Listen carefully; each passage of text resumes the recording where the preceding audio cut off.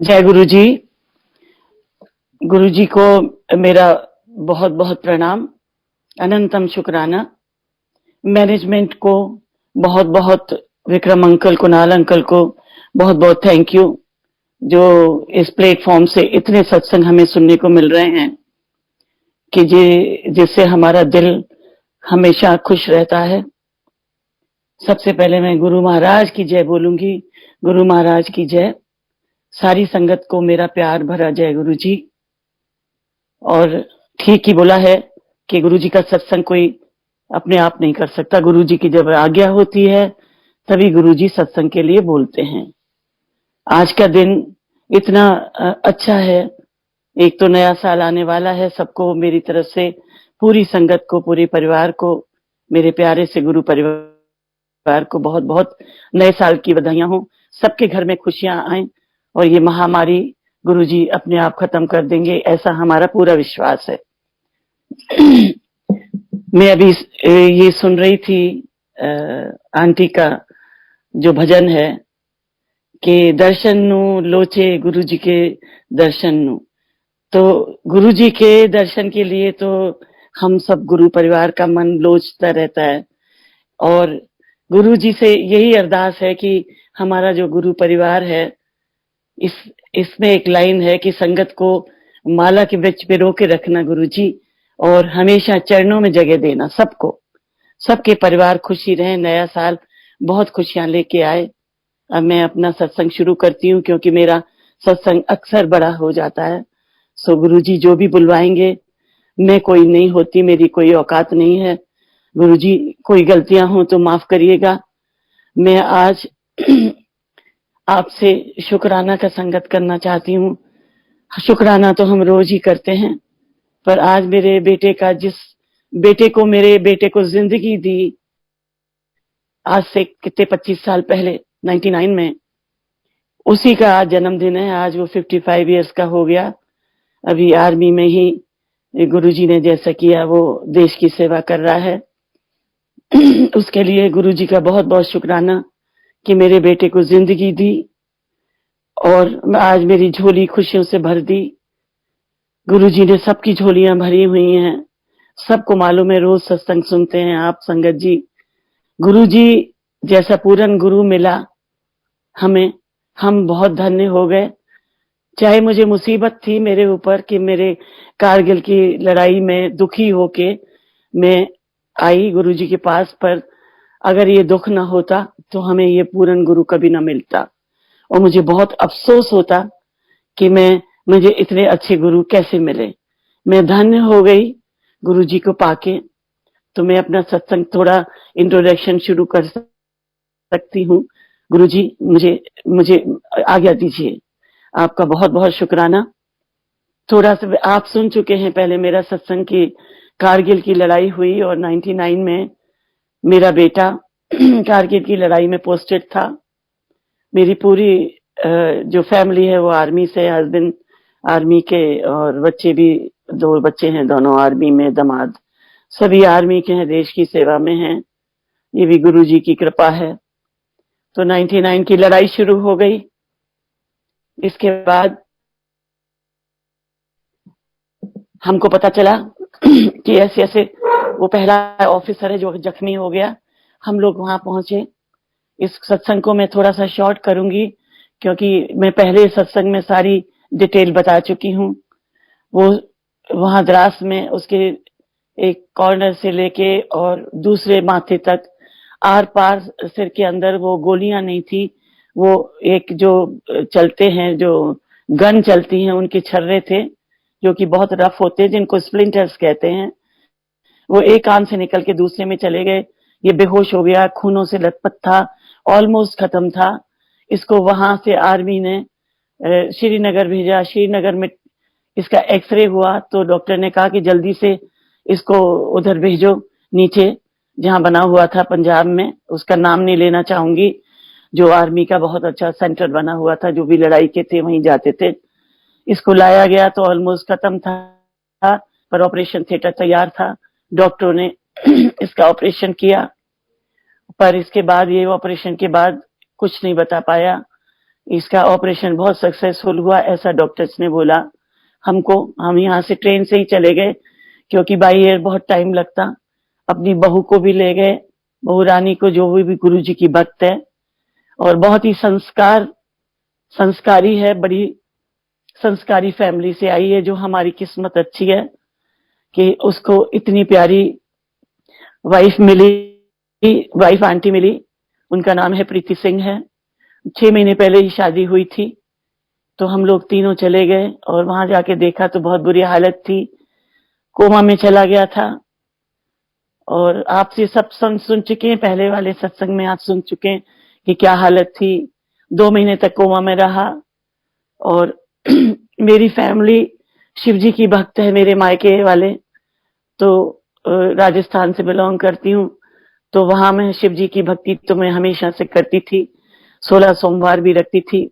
पर मुझे नहीं मालूम था कि जिन गुरु से मैं मिलूंगी वो खुद ही महाशिव हैं। शायद इसीलिए मेरी पुकार उन तक गई, और जो मुझे लेके गए उनका भी बहुत बहुत शुक्राना। मेजर गिल थे। अब मैं पूरी बात ऊधमगढ़ की वहां की बता के मैं सिर्फ बताना चाहूंगी कि 2 महीने के बाद बहुत ही मुश्किलों में टाइम निकला, बहुत ही दुख टाइम निकला, पूजा पाठ में निकला। और बच्चा बहुत परेशान था। उसको जब होश आ गई तो उसको ना तो ये मालूम था एजुकेशन क्या है, क्या मेमोरी है, उसको कुछ नहीं मालूम, कहाँ बैठना है, कहाँ उठना है। एक जो बच्चे की तरह जिस तरह से हो जाते हैं उस तरह से सिर्फ देख सकता था, जो कि डॉक्टर्स ने बोला था किया है। तो आपको हम अभी बता दें कि नहीं।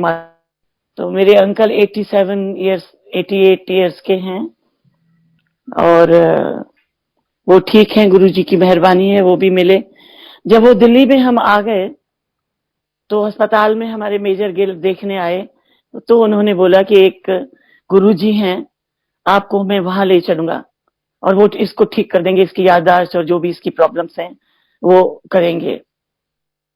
तो हमने कहा हम तो किसी भी गुरु जी के पास चलने को तैयार हैं। और जब उन्होंने शिव जी का नाम लिया तो मेरे पास कोई किंतु परंतु का टाइम नहीं था। सिर्फ मैं चाहती थी कि किसी भी तरीके से मेरा बेटा ठीक हो। उन्होंने हमें जगह बताई और कि एम्पायर स्टेट में आप पहुंच जाइए। और हम वहां पहुंच गए और अंकल वहां वेट कर रहे थे, मेजर गिल। हम दोनों, मेरे हस्बैंड कर्नल नरेंद्र सिंह और मैं, दोनों वहां गए और गाड़ी बाहर खड़ी की। उन दिनों में संगत जी इतना जंगल होता था वहां एम्पायर स्टेट में, कोई ये मार्केट नहीं था, अंधेरा होता था। एम्पायर स्टेट का वही बोर्ड इस तरह से था। गाड़ी बाहर खड़ी करी और हम लोग चले गए, पैदल गए। और जब वहां एम्पायर स्टेट के मंदिर पहुंचे, बड़े छोटे मंदिर, तो इतनी खूबसूरत खुशबू आ रही थी कि ऐसे लग रहा था कि हम जन्नत में आ गए हैं, स्वर्ग में आ गए हैं, जैसे खुशबू हमारे शरीर में जा रही है। तो जैसे सोचते हैं कि गुरु लोग हैं तो गुरु से हमने कभी कोई गुरु नहीं बनाया। हमारे तो गुरु शिव जी ही थे, हमेशा से उन्हीं की पूजा करते थे, या माता रानी की करते थे, या साईं बाबा की, पर इष्ट देवता हमारे शिव जी ही रहे। तो हमें वो अंकल लेके गए और हम अंदर गए। तो हमने जैसा जैसा अंकल ने बताया कि गुरुजी बात नहीं करते हैं, आपने जैसा मैं करूंगा वैसे आप आइए। तो मैं अंदर गई तो मैंने देखा कि इतनी खुशबू, इतनी गुरबानी चल रही थी और सब लोग लाइन में खड़े होके गुरुजी को माथा टेक रहे थे। और गुरुजी बड़े सिंहासन पे, ऐसे जैसे कोई दिव्य शक्ति जो रियल में गॉड है उस तरह की थी, जिनको कि देखते हुए नहीं बनता था। ऐसे रोशनी आ रही थी जैसे कि जाने कितने सूरज और कितने चांद उस एम्पायर स्टेट के मंदिर में, छोटे से मंदिर में विराजमान हो गए हैं। हमें समझ में नहीं आया कि हम कहाँ आ गए। और हमने भी वही किया। और गिल अंकल ने गुरुजी के पास खड़े होके सारी बातें बताई कि कारगिल की कारगिल में इसके हेड इंजरी हुई है और ये 2 महीने से जो भी है उन्होंने बताया। तो गुरुजी ने ही बुलाया था, क्योंकि गुरुजी से वो एक दिन पहले परमिशन लेके आए थे कि ऐसे ऐसे एक आंटी अंकल हैं आर्मी के, उनका बेटा बहुत घायल है और सब कुछ भूल चुका है, तो गुरुजी ने आज्ञा दी कि जरूर लाओ। लेके आओ, कल लेके आओ। तो हम गए, गुरुजी ने को माथा टेका, मेरे हस्बैंड ने गुरुजी के पैर पकड़ लिए, गुरुजी से कहा, गुरुजी हमारी आपके शरण में आए, हमारी रक्षा करिए। तो गुरुजी ने अंकल को बोला, तुम चिंता ना करो, तुम्हारा सब कुछ कल्याण होगा। इसके बाद मुझे नहीं मालूम कि अंकल से क्या बोला। फिर मैंने चरण छुए, मैंने दूर से नहीं छुए, मैंने पूरे पैर अपने सिर उनके पैरों में रख लिए, पकड़ लिए कि गुरुजी हम आपकी शरण में आए हैं, अब आप ही ने जो भी करना है आपने करना है। तो गुरुजी ने एक ही बात बोली कि चिंता ना करो आंटी, सब कुछ ठीक होगा, सब कुछ ठीक होगा, बिल्कुल चिंता मत करो। और फिर गुरुजी ने हमें बिठा दिया। इसके बाद वाणी चलती रही, गुरबानी, इतनी प्यारी गुरबानी मुझे सब समझ में आती थी, क्योंकि मैं पंजाब में रही थी, मेरे हस्बैंड पोस्टेड थे, तो मुझे गुरमुखी भी सीखनी पड़ी थी। ऐसे लगा जैसे कि क्या क्या हो रहा है, मतलब मैं उसका बखान तो कर ही नहीं सकती। आपने कितनी संगत सत्संग सुने होंगे कि गुरुजी देखते थे, बड़े मुस्कुराते थे, तो हमें बहुत अच्छा लगा, ऐसा लगता था हमें ही देख रहे हैं। और बस हाथ जोड़ के मैं बैठी रही, और मुझे नहीं मालूम है कि मेरे आंखों से वो जो आंसू की झड़ी निकली है, तो मेरी पूरे कपड़े नीचे तक, शर्ट कुर्ता पूरा भीग गया, और आंसू की झड़ियां बंद नहीं हो रही थी। गुरुजी बार बार देख रहे थे, मैं भी गुरुजी को देख रही थी। ऐसे लगा कि अब मेरी सारी दुनिया, जो दुख है मेरे, सारे दूर हो गए। मैं भूल गई कि मेरा बेटा इतना परेशान है और इतना दुखी है। ऐसे करके फिर मैंने, गुरुजी ने प्रसाद दिया, छोटे हाथों से प्रसाद दिया, और हमारा हाथ पूरा भर गया। और वहां की पुरानी संगत थी, जो जन कपूर अंकल थे, जोशी अंकल, उन्होंने बोला कि इसको बाहर ले जाके खाना है और इसमें छोड़ना नहीं, पूरा खाना है। जैसा उन्होंने बताया, हमको आज्ञा दी, हम बाहर गए, हमने वो खाया, प्रसाद ग्रहण किया। गुरुजी का लड्डू था बहुत बड़ा। और फिर हाथ धो के हम अंदर आ गए, चाय प्रसाद मिला। थोड़ी देर में हम वाणी सुनते रहे, गुरुजी को निहारते रहे। ऐसा लगता था बस सारे दुख तकलीफ दूर हो गए, कुछ भी नहीं सूझा, और ना ही वो चीज बखान कर सकते हैं गुरुजी की। इसके बाद लंगर आया, जल्दी से लोगों ने वो बीच में चटाई लगाई और 4 लोगों का लंगर एक साथ किया। तो हमें नहीं मालूम था, उन्होंने बताया कि 2-2 रोटी हैं और आपने ये पूरा लंगर खत्म करना है। तो हमने वही किया जो हमको बताया गया। हमें नहीं मालूम कि हम किसके साथ लंगर कर रहे हैं। अब मैं बीच में एक थोड़ी सी बात कहना चाहूंगी, बिफोर आई फॉरगेट, कि गुरुजी ने जो ये परिवार बनाया ना, जो बना के हमारे को दे के गए, जो मोती की तरह पिरो के रखा हुआ है, वो हमारे परिवार से ज्यादा है। बोलते थे, गुरुजी के वचन थे कि एक दिन ऐसा परिवार बना के जाऊंगा कि तुम अपने परिवार को भूल जाओगे और यही तुम्हारा परिवार होगा। ये संगत इतनी बढ़ जाएगी कि लाइनें लगेंगी बड़े मंदिर में और दर्शन दुर्लभ हो जाएंगे। तो हम उस वक्त ये समझ नहीं पाते थे कि ये गुरुजी क्यों बोलते हैं ऐसा, कि मेरे बाद, मैंने कहा शायद चंडीगढ़ जाते हों, जलंधर। इस तरह हम चलते रहे, और गुरुजी ने हमें, जो पहला दिन था उस दिन गुरुजी ने सब आज्ञा लेके जा रहे थे। मेरे को आवाज लगा के बोला कि रेनू आंटी आपने नहीं जाना, आप बैठे रहो। मेरे अंकल को भी बिठा दिया, सब लोग चले गए। 7-8 लोग जो सेवादार, जोशी अंकल और दूसरे थे अंकल, सारे थे, सब बैठे थे जो गुरुजी की सेवा में थे। तो हमें बिठाया, फिर इशारे से बुलाया कि रेनू आंटी, अंकल आप आओ, कल एक काम करना कि पुत्र को ला सकते हो। मैंने कहा हाँ जी, पुत्र को ला सकते हैं, अस्पताल में है। तो कहते नहीं, उसको लेके आओ किसी तरह। तो हमने कहा ठीक है। हमने आर्मी से परमिशन ली, गुरुजी से आज्ञा लेके चले गए। हम बहुत खुश थे। हमने जाके सुबह अस्पताल में आज्ञा, गुरुजी की आज्ञा के अनुसार आर्मी अस्पताल के कमांडेंट से बोला कि इसको भेज सकते हैं एक दिन के लिए। तो उन्होंने जो पास कर देते हैं कि रात को हम लेके उसको सुबह लेके आ गए। रात को हम उसको लेके गए गुरुजी के मंदिर में। हम पकड़ पकड़ के लेके जाते थे, क्योंकि उसको दिक्कत होती थी कि सीढ़ियां कैसे उतरनी है, या चढ़नी है, अभी उसको इतना ज्ञान नहीं था उसकी चोट की वजह से। इसी तरह से हम गुरुजी के पास उसको लेके गए, माथा टेका हमने। फिर मैंने गुरु उसको अपने सामने किया, गुरुजी के अपने बेटे को। उस टाइम वो कैप्टन था, 6 महीने पहले शादी हुई थी और उनकी वाइफ भी उनके साथ थी, वाइफ आंटी, प्रीति आंटी। और उनको गुरुजी को नमन नहीं कर सकता था, तो मैंने उनके दोनों हाथ जुड़वाए और गुरुजी को बहुत ध्यान से देखता रहा घूर के।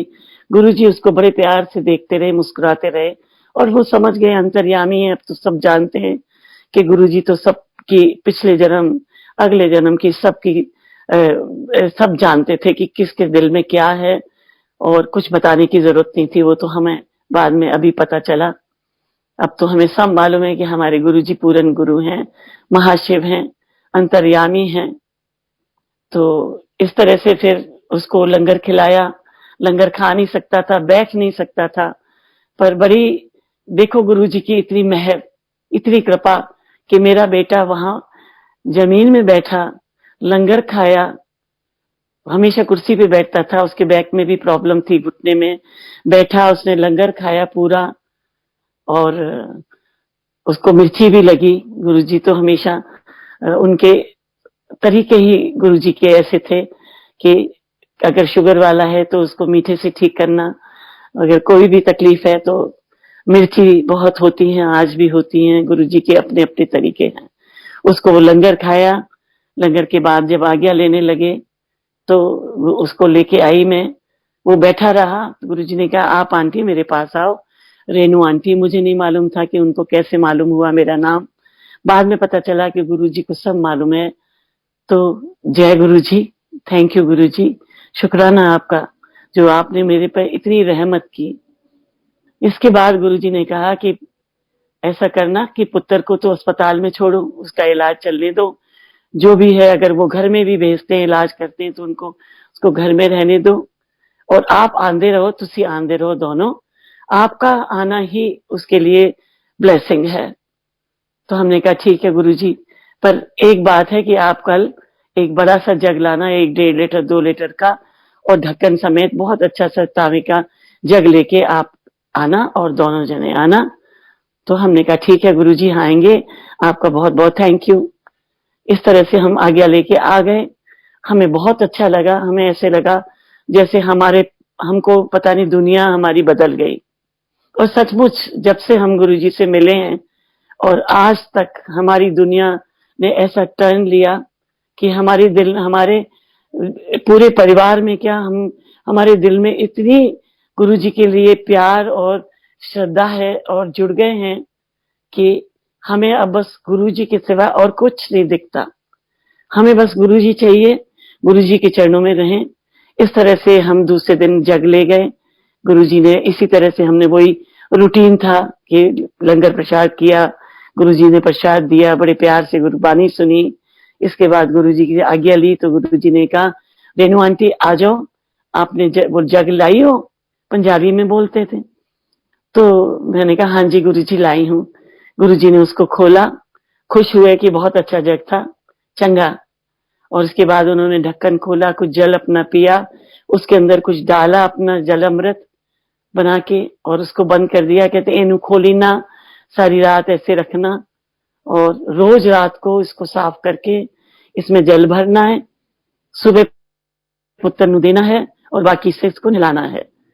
और वो जग आज भी, जिस दिन से गुरुजी ने वो ब्लेस करके दिया, उस जल को पीते पहले दिन ही पीने में उसकी याददाश्त में फर्क, हर चीज में फर्क, उसकी इंजरी जो हेड इंजरी में फर्क, उसके ब्रेन में जो डैमेज था उसके अंदर गुरुजी की ब्लेसिंग इतनी गई वो अमृत से।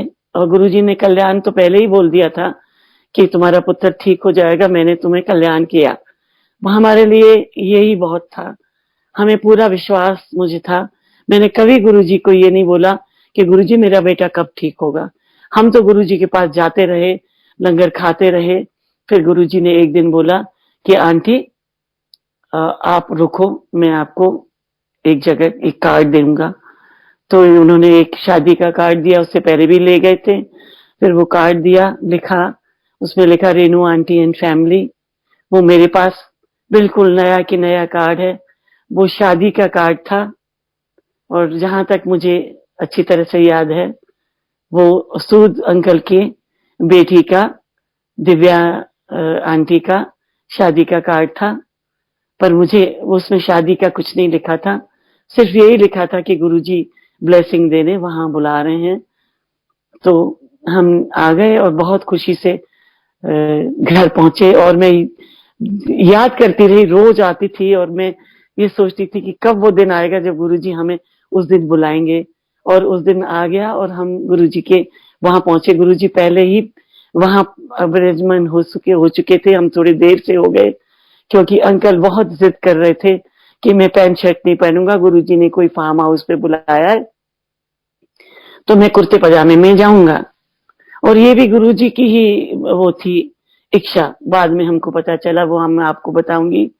तो गुरुजी ने ही उनको कुर्ते पजामे में और अपनी वो चप्पल जो होती है रबड़ की चप्पल में, कि नहीं मैं बहुत कंफर्टेबल हूँ।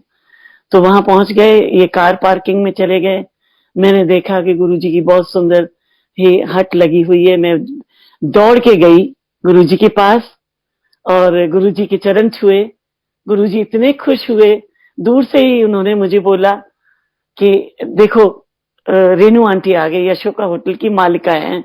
मैंने कहा नहीं गुरुजी, मैं तो वहां नौकरी करती हूँ, आप मजाक कर रहे हैं। तो कहते नहीं नहीं, मालिका का मतलब ये है कि तुमने बहुत अच्छा काम करती हो, बहुत मेहनत करती हो, तो तुमने पूरा अच्छा तरह से संभाल रखा है।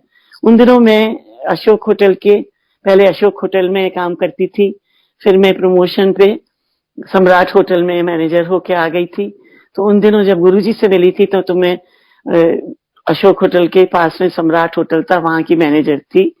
तो गुरुजी ने मेरे सब कुछ बता दिया। मुझे उस वक्त नहीं मालूम था कि गुरुजी महाशिव हैं और उनको सब मालूम है। मैंने कहा गुरुजी को सब बताते पता होगा, सब जानते हैं अशोका होटल के लोगों को भी। तो गुरुजी ने मेरी बड़ी तारीफ की। कहते अंकल नहीं आया, कर्नल अंकल। मैंने कहा गुरुजी बहुत भीड़ थी तो पार्किंग में है। कहते अच्छा, आज मैंने उसको कुर्ते पजामे में बुलाया, उन्होंने पंजाबी में बोले। मैंने कहा हाँ गुरुजी, बहुत जिद कर रहे थे। कहते हैं कि मैंने ही तो बुलाया, बड़ी ईगो है कर्नल के अंकल, तो थोड़ी मेरे को ईगो निकालनी है, नहीं तो तेनू ये बहुत तंग करेगा बुढ़ापे में, बुढ़ापे में। ऐसे करके बोले तो मैं हंस दी। मैंने कहा गुरुजी तो आर्मी वाले हैं, तो इनको कुछ ईगो तो नहीं है। कहते नहीं नहीं, तेनू नहीं मालूम, ये ईगो है। तो मैंने कहा कोई नहीं गुरुजी, आप ठीक कर दीजिए। तो मैंने कहा पता नहीं गुरुजी ने कुर्ते पजामे में कहाँ देख लिया। तो मेरे अंकल तो कम से कम 15 मिनट बाद आए।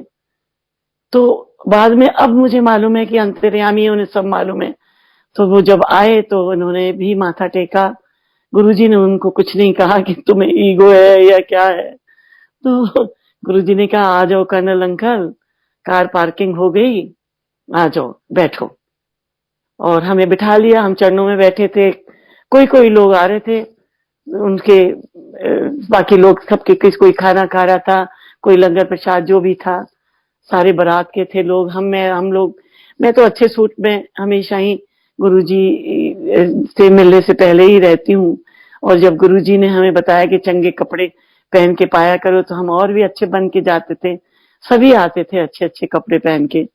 गुरुजी को बहुत अच्छा लगता था कि ऐश करा करो, चंगे कपड़े पहना करो। तो इस तरह से हमें कहा। फिर थोड़ी देर में बोला कि ये आंटी, सबको इंट्रोड्यूस कराया, ये अशोका होटल की आंटी है और बहुत काम करती है, बहुत अच्छी है, और जाओ तुम लोग खाना खाओ, लंगर खाओ और कुछ भी खाओ। मैं सोच ही रही थी मैं क्या खाऊं क्या नहीं खाऊं, सब तरह का होता है। तो जैसे ही मैं चलने लगी तो गुरुजी ने एक सेवादार को भेजा कि कर्नल अंकल को मेरे पास भेजो।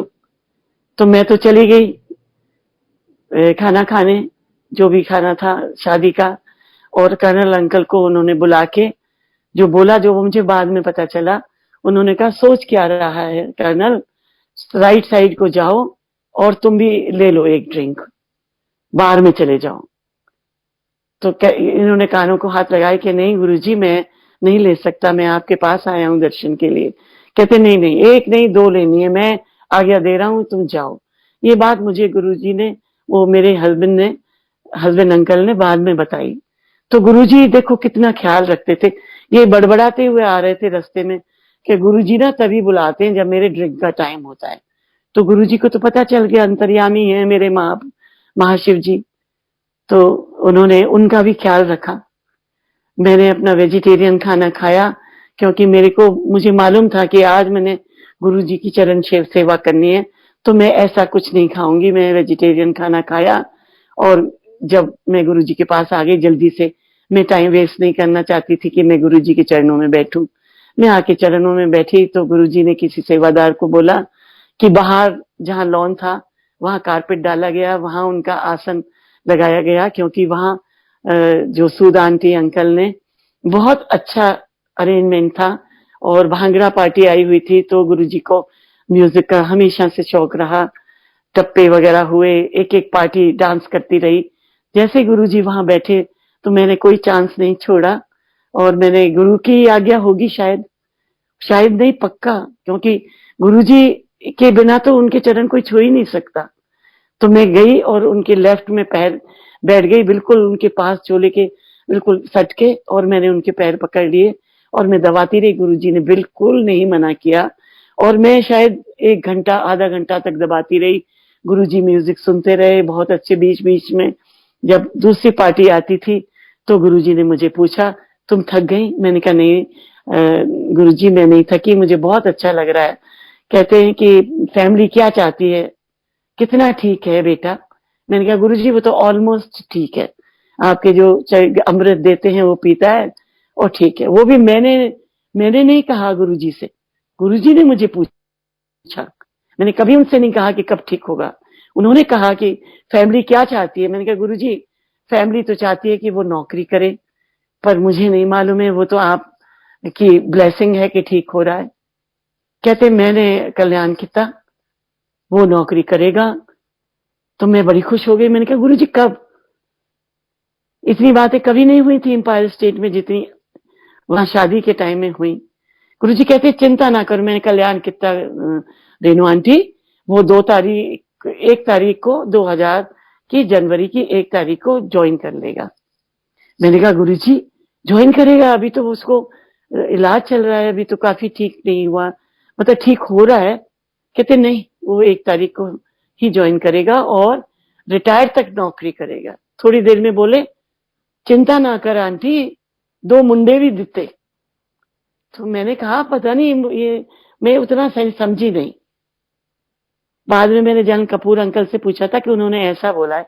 कहते तुमको तो कल्याण किया, इसका मतलब है कि वो बिल्कुल ठीक हो जाएगा, वो रेजिमेंट ज्वाइन करेगा और उसको बच्चे होंगे, इसके बारे में बोला है गुरुजी ने, ब्लेस किया है। मैंने कहा जय गुरुजी, ये तो मेरे लिए बहुत किया। फिर इसके बाद हम जाते रहे गुरुजी के पास एम्पायर स्टेट। वही 31 तारीख आई, 31 दिसंबर आया और लेटर आ गया।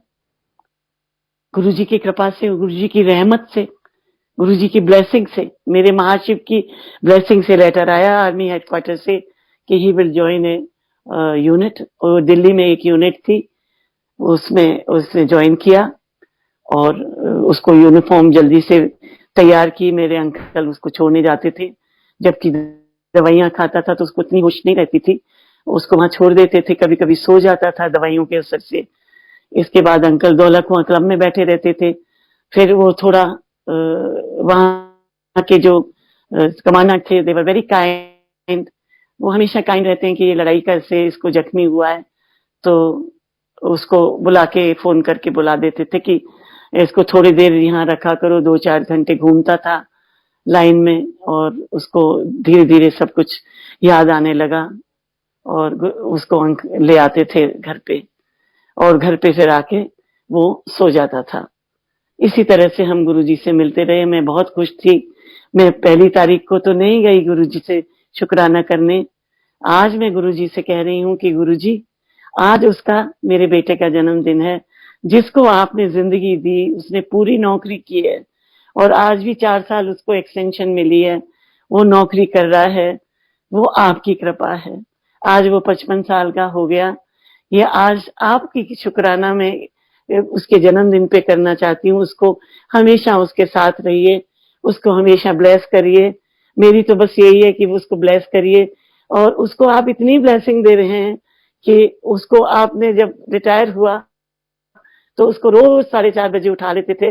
वो कहता था उसको इतनी वो समझ नहीं है कि गुरुजी कहते, गुरुजी बहुत आ जाते हैं 4:30 बजे सपने में, और कहते हैं कि उठो तुम अपने पेंशन के कागज बनाओ। तो मुझे बनाने पड़ते हैं।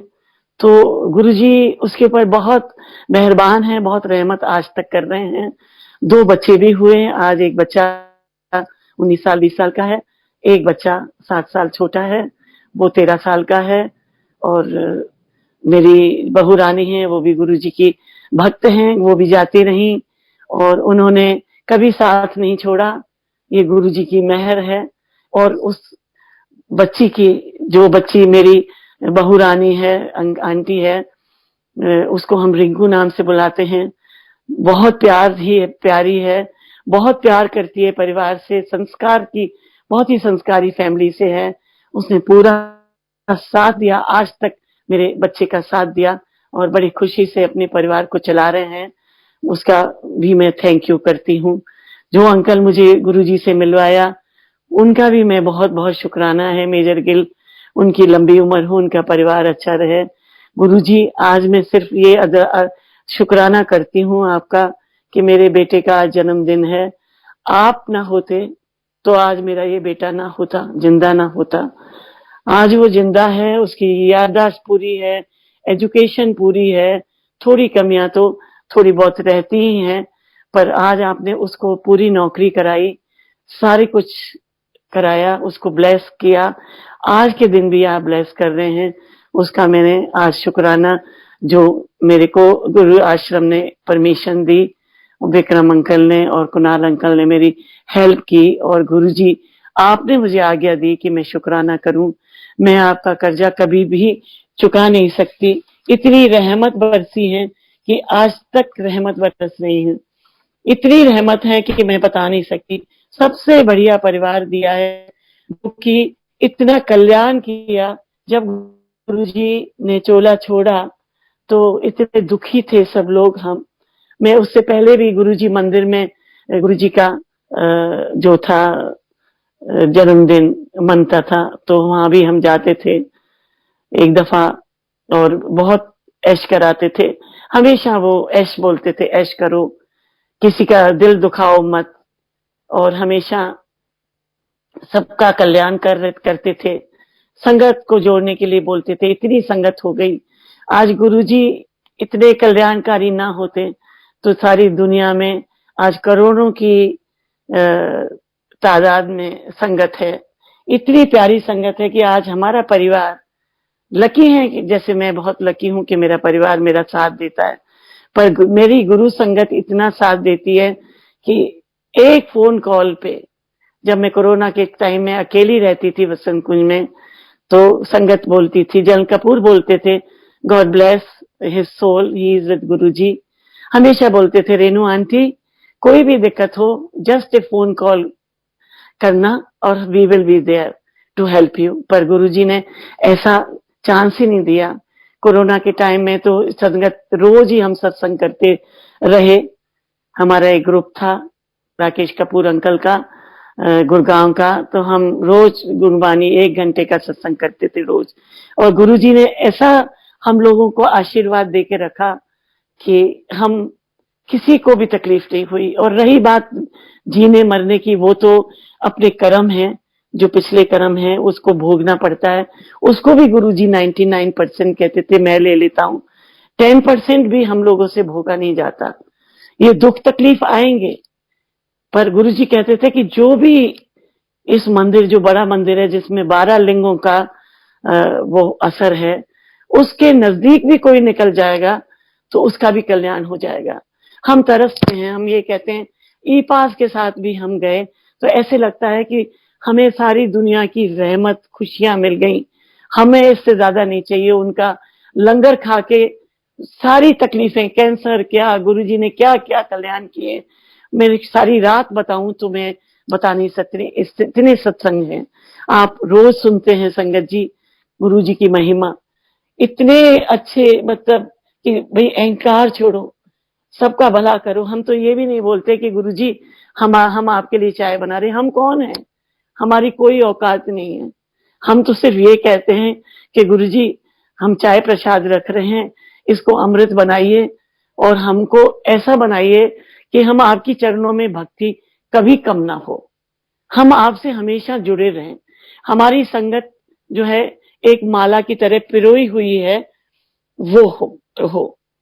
और गुरुजी ने इतने इतने चमत्कार किए हैं, इतने मेरे पास सत्संग है, इतना कोई कहता होगा कि गुरुजी चले गए, गुरुजी कभी नहीं गए। गुरुजी आज उससे भी ज्यादा हमारे को संगत जी कर रहे हैं, क्योंकि पहले अपने शरीर पे लेते थे, इतना दुख अपने ऊपर लेते थे, इतने लोगों का दुख अपने ऊपर लेते थे, इसलिए उन्होंने वो चोला छोड़ के आज ओमनी प्रेजेंट हैं और अंतर आज हर जगह है। गुरुजी को हम माला नहीं चढ़ाते क्योंकि वो गुरुजी हमारे साथ हैं, वो कहीं नहीं गए। आप उनके स्वरूप से बात करते हैं, वो करते हैं, मैं बात करती हूँ, मुझे सारे जवाब मिलते हैं। अपनी टेलीपैथी से गुरुजी सब बता देते हैं। कोई भी बात है आपके जब सपने में आते हैं तो आप उसको सपना ना समझें, वो गुरुजी आपको आशीर्वाद देते हैं, गुरुजी आपको दर्शन देते हैं। मैं बहुत गुरुजी का धन्यवाद करती हूँ कि वो मुझे बहुत दर्शन देते हैं, बहुत बातों का बताते हैं। कोई बात का जवाब मुझे सुनना है, मैं गुरुजी के पास, हम तो कलयुगी है ना, हमारे में इतनी अकल नहीं है। हमें तो कुछ चीज खो भी जाए तो हम जरा सी देर में बोलते हैं गुरुजी हमारा ये चीज खो गई, हमें ये दिलवा दो। पर हमें हंसी आती है क्योंकि हम तो कुछ जानते नहीं ना, हम गुरुजी से हर चीज मांग लेते हैं, हम तो उनके बच्चे हैं। तो गुरुजी इसका बुरा नहीं मानते। जब हमें कोई दुख होता है तो हम गुरुजी से सब बातें करते हैं कि गुरुजी ऐसा हो गया, ऐसा हो गया। तो गुरुजी से अपने माँ बाप की तरह उनके आप स्वरूप से बात करेंगे, आपको सारे जवाब मिलेंगे। गुरु के मंदिर में जाते ही ऐसे लगता है कि पता नहीं क्या हो गया। गुरु के जो प्रसाद है उसको पूरा खाइए, उसको छोड़िए नहीं। ये भी गुरुजी ने ये बताया कि अन्न को कभी वो ना करो। और एक चीज मैं बताना भूल गई, गुरुजी ने कभी किसी को ऊंचा नीचा, ओल्ड संगत, पुरानी संगत, कोई भेदभाव नहीं रखा। सबसे बड़ी बात डिसिप्लिन में रखा। चार लोगों को जो हम लोग गुरु जी के मंदिर में खाते हैं, छोटे मंदिर में जो गुरु जी लंगर खिलाते थे, वो हमें ये नहीं मालूम था कि कौन बड़ा है, कौन छोटा है, कौन बिरला है, कौन क्या है। कोई गुरु जी ने वो नहीं करा। और गुरु जी जो हम सत्संग करते हैं तो गुरु जी हमेशा ये बोलते थे कि जो आपको ड्राइवर लोग और जो लोग आपको लेके आते हैं, पहले आप उनकी सेवा करिए। सो आज भी सत्संग संगत जी होता है तो आपको सबको मालूम है कि गुरु जी की ये आज्ञा थी कि हम जो भी सत्संग करते हैं, हम लोग जो भी गुरु जी सत्संग कराते हैं, तो उसमें गुरु जी की जो आज्ञा के अनुसार पहले जो लोग ड्राइवर्स हैं, जो भी सेवादार हैं, उनको भोजन लंगर हम देते हैं, संगत देती है गुरु की आज्ञा से। इसके बाद बाकी जो संगत बैठी है उनको दिया जाता है। ऐसा मैं सोचती हूँ और ऐसा ही होता है। जो भी नई संगत है और ये इतनी जुड़ गई है कि हम ओल्ड संगत और नई संगत में कोई फर्क नहीं है, सब बराबर हैं। जो गुरु की सेवा करे, जो गुरु के माने, हर टाइम मांगना नहीं चाहिए, गुरु को सब मालूम है। तो गुरु जी का धन्यवाद है कि यह हमको स्वरूप दे देते थे, दिया था, वो आज भी है। मेरी बहू रानी को स्वरूप दिए, 7-8 स्वरूप उसके पास हैं। हम ऐसे एक माला में लगा के स्वरूप जाते थे, हम कहते थे हम गुरुजी वाले हैं, हमें बड़ा अच्छा लगता था। और गुरुजी की अपनी इच्छा होती थी कि कैसे किसको कैसे ट्रीट करना है। इतने लोगों को हमारे सामने, रघुवीर अंकल को उनकी आईज दी, कितने लोगों को उन्होंने ब्लेस किया, तो उसका शुक्राना। और आज मेरे बेटे को ब्लेस करिए, मेरे परिवार पे आपकी ब्लेसिंग इतनी रहमत है कि आपने हर तकलीफों से बचाए रखा है, उसका बहुत बहुत शुक्राना। मैनेजमेंट का बहुत शुक्राना, जो हम कोरोना के टाइम में भी आज भी दर्शन हमें होते हैं वीडियो के माफिक। इसके लिए गौरव अंकल का बहुत शुक्राना, और बहुत बहुत प्यार संगत को, बहुत बहुत नए साल की बधाइयां। तो अंकल आप बताइए। आंटी अभी हमारे पास टाइम है, अगर आप और कुछ सत्संग शेयर करना चाहते हैं तो आप कर सकते हैं। हाँ, मैं करना चाहूंगी। मैं गुरु जी का एक बहुत प्यारा सा सत्संग करना चाहती हूँ। कि मैं, क्या हुआ था कि मैं, हम भटिंडा में, पटियाला में पोस्टेड था मेरा बेटा, तो मैं वहां चली गई। ये जो कलाम साहब थे वो वहां यूनिट में कलर्स देने आते हैं, तो मेरे बेटे ने पार्ट लिया था। टैंक का है आर्मड कोर का, तो टैंक में उसने सलूट देना पड़ता है। तो वहां मैं चली गई थी। तो मुझे 8 महीने हो गए थे, मैं गुरुजी से आज्ञा नहीं लेके गई थी। मैं चली गई, मुझे टाइम लग गया। तो हमें जब वहां का जब काम खत्म हो गया तो हम लोग यहाँ आ गए। तो मैंने अपने अंकल से, कर्नल अंकल से बोला कि चलो चलो, हमें 7-8 महीने हो गए। ये 2004 4 या 5 की बात है। तो हम वहां गए, तो एम्पायर स्टेट गए। तो एम्पायर स्टेट का अंदर से बंद था, हमने नॉक किया। सेवादार आए तो कहते, रेनू आंटी आपको नहीं मालूम आज 7 तारीख है जुलाई? मैंने कहा अरे मेरे को तो बिल्कुल नहीं। हम लोग, मैंने कहा कल ही आए हैं और बिल्कुल तारीख का ध्यान ही नहीं रहा। नहीं तो मैं तो फूल लाती हूँ, गुलाब के फूल लेके जाती थी, छोटे छोटे करके सम्राट होटल को, मालिक को बोल देती थी कि चुन के लाओ। तो हमेशा गुरुजी के चरणों में डालती थी। उन दिनों माला लोग डालते थे, तो मैं गुरुजी के गुलाब के फूल चरणों में डालती थी। गुरुजी कहते थे ये आ गई अशोका होटल की मालकिन वो मालन। तो मैं, गुरुजी मजाक भी बहुत करते थे। ऐसा नहीं है कि गुरुजी बात नहीं करते थे, जिनसे बात करने होती थी वो बात भी करते थे और बड़ा खुश भी रखते थे सबको। तो जब मैं गई, तो मैं जैसी सीढ़ियां चढ़ी, वहां गुरुजी का वही उस वक्त तक मंदिर बना नहीं था। मेरा ख्याल 2004 की ही बात होगी शायद, जन कलाम साहब की मुझे याद नहीं है। तो जैसे मैंने सीढ़ियां वो चढ़ी, जो 7 सीढ़ी होती थी, और गुरुजी का बस वो एक गेट था, खुला था। मट्टी बहुत थी, जैसे आज भी होती है, क्योंकि वहां पार्किंग नहीं बनी इस तरह से, वहां बिल्कुल कुछ नहीं था। और तो सेवादार ने कहा आंटी आपने लंगर कर लिया? मैंने कहा नहीं जी, हम तो देर से आए। कहते पीछे जाइए, लंगर लगा है, आप लंगर करके आइए, गुरुजी की आज्ञा है ये। तो हम और अंकल चले गए। वहां किसी संगत, गुरुजी की जो संगत थी, अंकल ने अरेंज किया हुआ था लंगर, जो उनके भक्त हैं।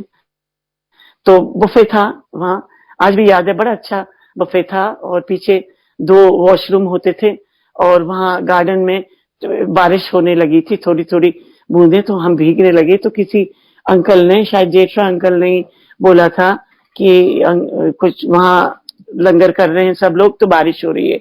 तो गुरुजी ने पैर रखा और बारिश बंद हो गई। तो हम लोग बच गए, मतलब बारिश में भीगे नहीं।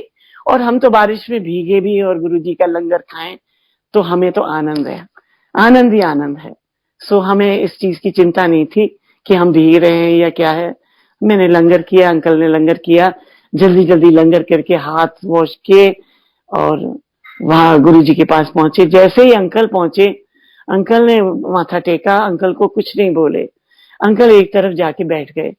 जैसे ही मैं घुसी, तो वो बड़े जोर से चिल्लाए। शायद उस टाइम की संगत को, अगर वो सुन रही है, पुरानी संगत, तो उनको मालूम होगा कि गुरुजी बड़े जोर से चिल्लाए। उन्होंने पंजाबी में बोला, जिसको मैं इतनी अच्छी तरह से पंजाबी नहीं बोल सकती।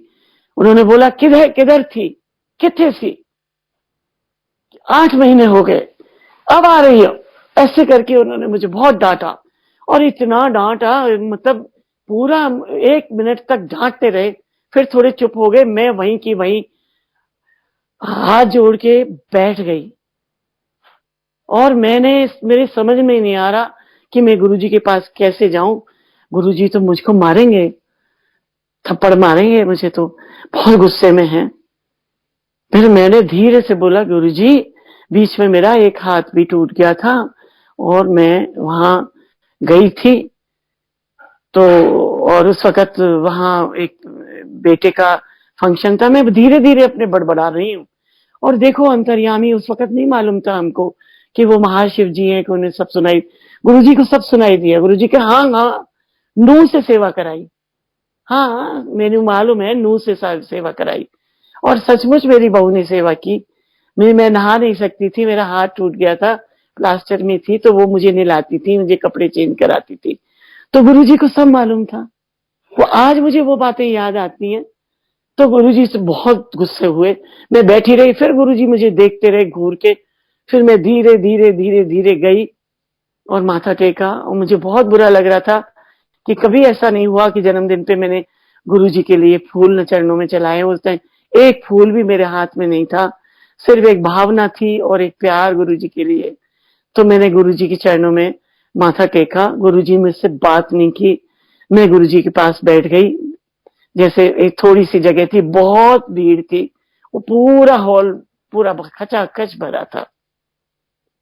इसके बाद गुरुजी से मैंने कहा, गुरुजी मुझे माफ कर दो, गुरुजी प्लीज मुझे माफ कर दो। तो गुरुजी ने कुछ पंजाबी में ऐसा बोला कि उम्र है नहीं, उम्र है नहीं, और इथे उथे घूमती रहती है, ऐसे कुछ बोला।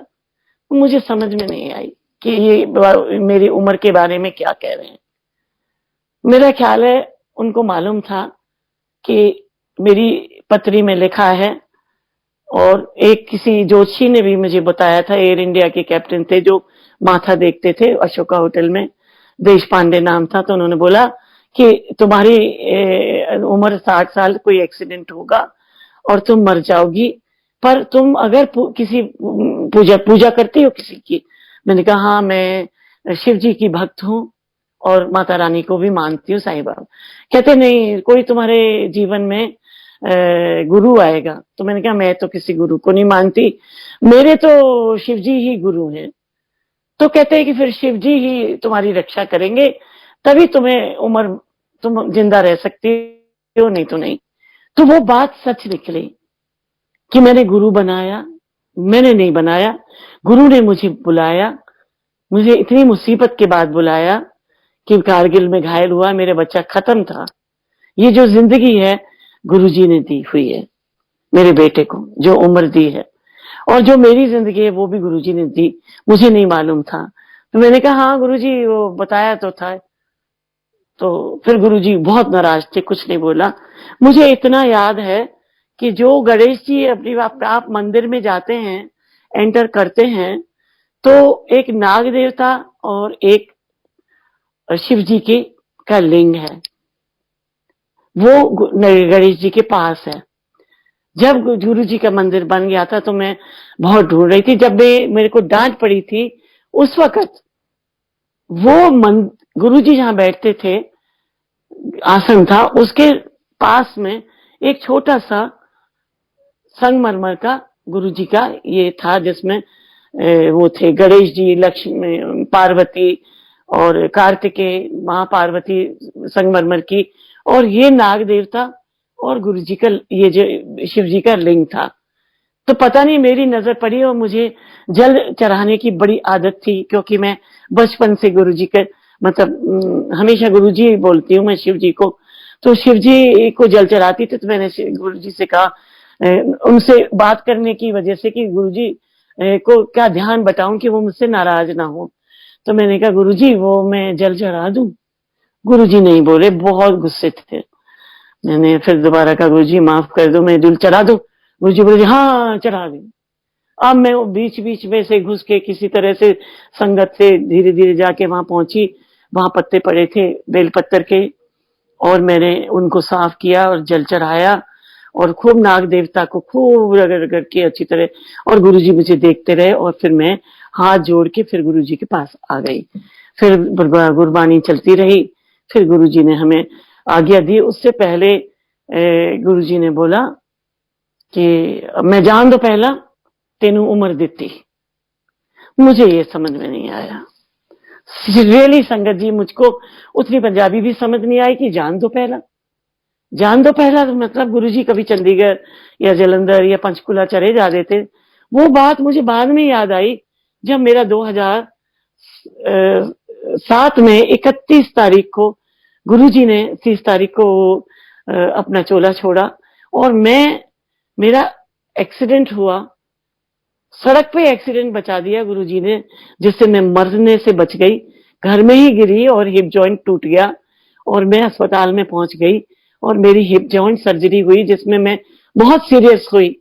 और बहुत अजीब सी गुरुजी की, देखो जो गुरुजी मुझे उम्र दे गए, उसी तारीख को मेरा ऑपरेशन हुआ जिस दिन गुरुजी ने चोला छोड़ा। उस दिन मैं बहुत सीरियस थी और उसी तारीख को 30 जून को मेरा ऑपरेशन, जुलाई को कौन सा था, मई, हाँ 30 मई को मेरा ऑपरेशन हुआ और मैं बहुत सीरियस थी। और वो गुरु ने मेरे को दूसरी उम्र दी, जो इसके बाद मैं चल पाई। काफी दिनों तक क्लचेस में गई, मंदिर में भी जाती थी तो क्लचेस में जाती थी। ये कौन कर सकता है? ये महाशिव जो आए हैं ना अवतार लेके गुरु के रूप में, उन्होंने मुझे ये जिंदगी जो आज मैं बात कर रही हूँ, ये मेरे गुरुजी की ही कृपा है जो आज मेरी जिंदगी बची हुई है। मेरे बच्चों ने, मेरी बेटी ने बहुत मेरा साथ दिया। मेरे बच्चों ने, तीनों बच्चों ने, दोनों बच्चों ने और मेरी बेटी ने मेरी बहुत सेवा की और आज मैं इस लायक हो गई कि मैं चल सकती हूँ, मैं मंदिर में जा सकती हूँ। कभी कभी लेना पड़ता है डंडा, उम्र हो गई है तो सब गुरुजी की कृपा है। और पल पल में, पल पल हमारे साथ है, पल पल में। मैं अकेली भी रहती हूँ यहाँ तो गुरुजी मेरे साथ है, मुझे किसी चीज का डर नहीं। सो संगत जी, गुरुजी से जुड़िए, जुड़ते रहिए और बस प्यार करते रहिए गुरुजी के चरणों में। बस अहंकार छोड़ दीजिए। मैं तो गुरुजी को पसंद ही नहीं था। वो कहते थे अगर मेरे पास आना है, ये मैं को अपने जूतियों में वहां छोड़ आओ। और गुरुजी बहुत मजाक भी कर देते थे, बहुत जगह। जैसे कोई आंटी आई, हर एक के नाम रख देते। जैसे मेरे को बोलते थे ये तो अशोका मैडम है, तो मेरा तो धौला कुआं क्लब में सब लोग खाना भी ऑर्डर करती हूँ, अगर उस पर लिख के लाता है तो अशोका मैडम, अशोका मैडम। तो गुरुजी तो बहुत, क्या करें, मैं गुरुजी के तो अनंत अनंत वो है संगत। और मैं हर 10 बजे लगा लेती हूँ और मैं सत्संग जरूर सुनती हूँ गुरु आश्रम का। मुझे बहुत अच्छा लगता है, बहुत। और गुरुजी कहते थे कि एज की सत्संग को बार बार सुनने में बहुत से लोग कहते हैं एक ही, ये तो हमने सुना हुआ है। नहीं, जो मैंने पहले किया सत्संग, वो और आज में हो सकता है कोई ऐसी चीज हो जो संगत को, चाहे वो पुरानी हो नई, कोई बराबर है। जो भी गुरु के भक्त हैं, हम गुरु के परिवार ही बोलते हैं, कोई पुरानी ओल्ड संगत से कोई मतलब नहीं है। जो गुरु का भक्त है, जो गुरु को सरेंडर कर दिया, वही गुरु का परिवार है। और गुरु का परिवार ऐसा जुड़ा हुआ है कि हम बहुत प्राउड फील करते हैं। जहां जय गुरु जी देखते हैं ऐसे रहते हैं, हमारी गाड़ी जा रही है, हमारा परिवार है, जरा रोक के तो जरा जय गुरु जी कर लें। सो गुरु परिवार जरा जय गुरु जी करके तो देखिए। मैं अपने बेटे के साथ, बड़े बेटे के साथ जाती हूँ, वो बहुत खुश होता है। वो कार में ले जाता है, रास्ते में जो भी सेवादार मिलते हैं गाड़ी को रोकते हैं, हर एक को चिल्ला के बोलता है जय गुरु जी। मैं बहुत खुश होती हूँ। सो जिसको जितना जय गुरु जी बोलोगे उतना ही आपको मिलेगा। जितना सत्संग सुनेंगे, करने वाले का भी भला और सुनने वाले का भी भला।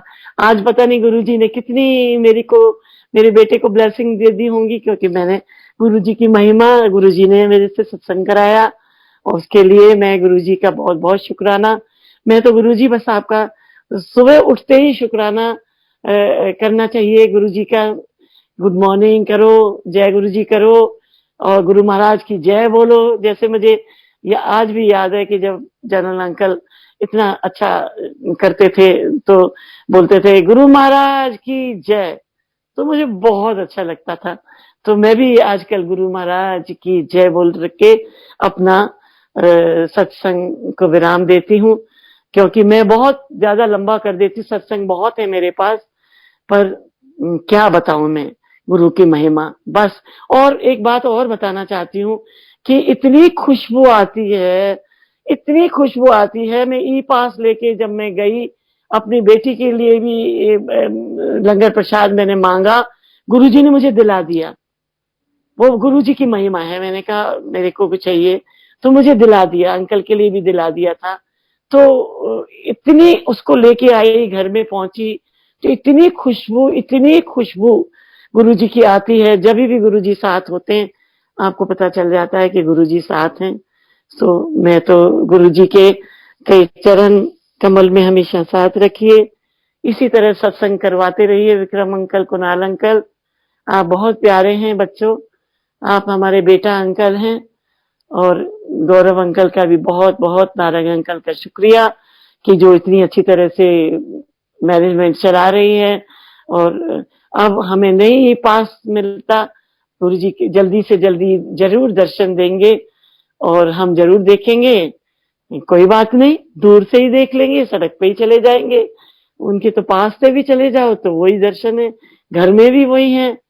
बस गुरुजी को मानते रहो और सभी माता पिता हैं उनसे बात करते रहो।